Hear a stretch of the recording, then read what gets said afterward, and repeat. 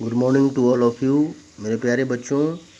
आज मैं क्लास 10 में हिंदी की कक्षा में मनुष्यता चैप्टर का पार्ट 2 पढ़ा करके भेज रहा हूँ। इसमें हम लोग नेक्स्ट पेज यानी पेज नंबर 21 से हमें पढ़ना था कि विरुद्धवाद बुद्ध का दया प्रवाह में बहा, विनीत लोक वर्ग क्या न सामने झुका रहा। इसका मतलब ये है कि लोग परंपराओं को भूलकर भी महात्मा बुद्ध की दया भाव में लोग मुग्ध हो गए थे। उनके सामने झुकना पड़ा था। दया के प्रवाह में सभी को झुकना पड़ता है। और विनीत लोक वर्ग, विनीत माने विनम्र, यानी जो दूसरों की भलाई करते हैं वही सच्चा मानव है, क्योंकि वही उदार है, वही दयालु व्यक्ति होते हैं जो परोपकार करते हैं दूसरों को। वही मनुष्य हैं जो दूसरों के लिए भलाई के लिए मरते हैं। रहो न भूल के कभी मदांध तुक्ष बीत में, सनाथ जान कभी आपको करो न गर्भ चीत में। अनाथ कौन है यहाँ, त्रिलोकनाथ साथ हैं, दयालु दीन बंधु के बड़े विशाल हाथ हैं। अति भाग्यहीन है अधीर भाव जो करे, वही मनुष्य है कि जो मनुष्य के लिए मरे। यानी कहने का मतलब मैथिली शरण गुप्त कहते हैं कि मनुष्य को तुच्छ संपत्ति के लिए घमंड नहीं करना चाहिए।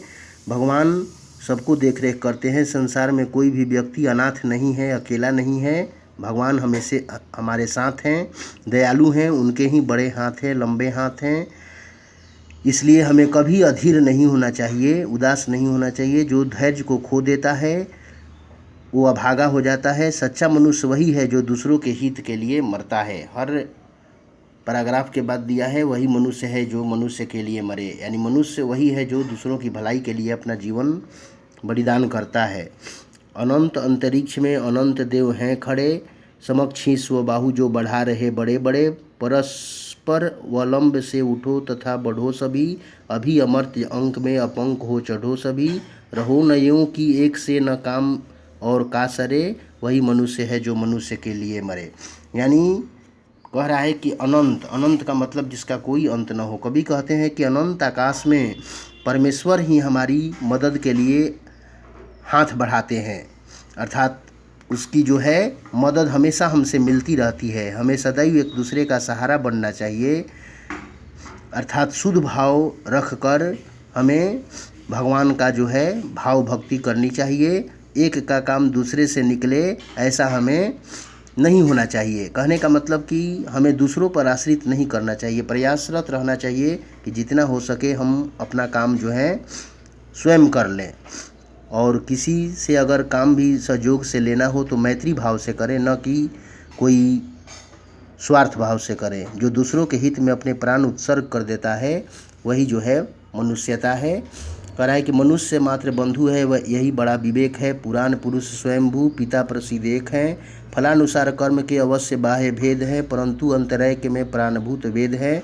अनर्थ है कि बंधु ही न बंधु की व्यथा हरे, व्यथा मने कष्ट, वही मनुष्य है जो मनुष्य के लिए मरे।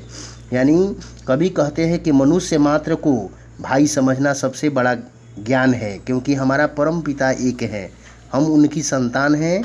हम सब एक भाई बहन की तरह है, क्योंकि कर्म के अनुसार ही हमें फल पाना है। हमें अपने शुभ कर्मों से स्वर्ग लोक में जाकर देवताओं की गोद पा सकते हैं, स्वर्ग की प्राप्ति कर सकते हैं। हम एक दूसरे के काम ही आए, यही हमारे लिए भगवान का आशीर्वाद है। स्वर्ग की प्राप्ति तभी हो सकती है जब हम निस्वार्थ भाव से दूसरों की सेवा करेंगे। वही सच्चा मानव है जो दूसरों की सेवा करते हुए अपने प्राण को त्याग देता है। मनुष्यता वही है जो मनुष्य के लिए हमेशा मरता है। लास्ट पैराग्राफ है, चलो अभीष्ट मार्ग में सहर्ष खेलते हुए, विपत्ति विघ्न जो पड़े उन्हें धकेलते हुए। घटे न हेल मेल हाँ बड़े, बढ़े न भिन्नता कभी, अतर्क एक पंथ के सतर्क पंथ हो सभी। तभी समर्थ भाव है कि तारता हुआ तरे, वही मनुष्य है जो मनुष्य के लिए मरे। यानी कहने का मतलब इस लास्ट पैराग्राफ में कवि कहते हैं कि हम सब अपने मार्ग पर बढ़ते चलें, कोई किसी के मार्ग में बाधा उत्पन्न न करे, कोई कठिनाई न डाले। हमें अपने कठिनाइयों का डट कर सामना करना चाहिए। हमें आपस में जो है मेल जोल घटाना नहीं चाहिए, बल्कि मतभेद को दूर करना चाहिए। मतभेद को हमें बढ़ाना नहीं चाहिए। वाद विवाद से दूर होकर हमें स्वच्छ मन से काम करने चाहिए। हमारी जो विचारधाराएं हैं, हमारा जो हृदय है, कलुषित भावना से अलग होनी चाहिए। हम एक दूसरे को सफल करते हुए आगे बढ़ना चाहिए हमें, तभी हम समर्थ हो सकते हैं। और हर पंक्ति के बाद में है कि वही मनुष्य है जो मनुष्य के लिए मरे, यानी मनुष्यता वही है जो मनुष्य के लिए मरता है, जो भलाई का काम करता है। धन्यवाद।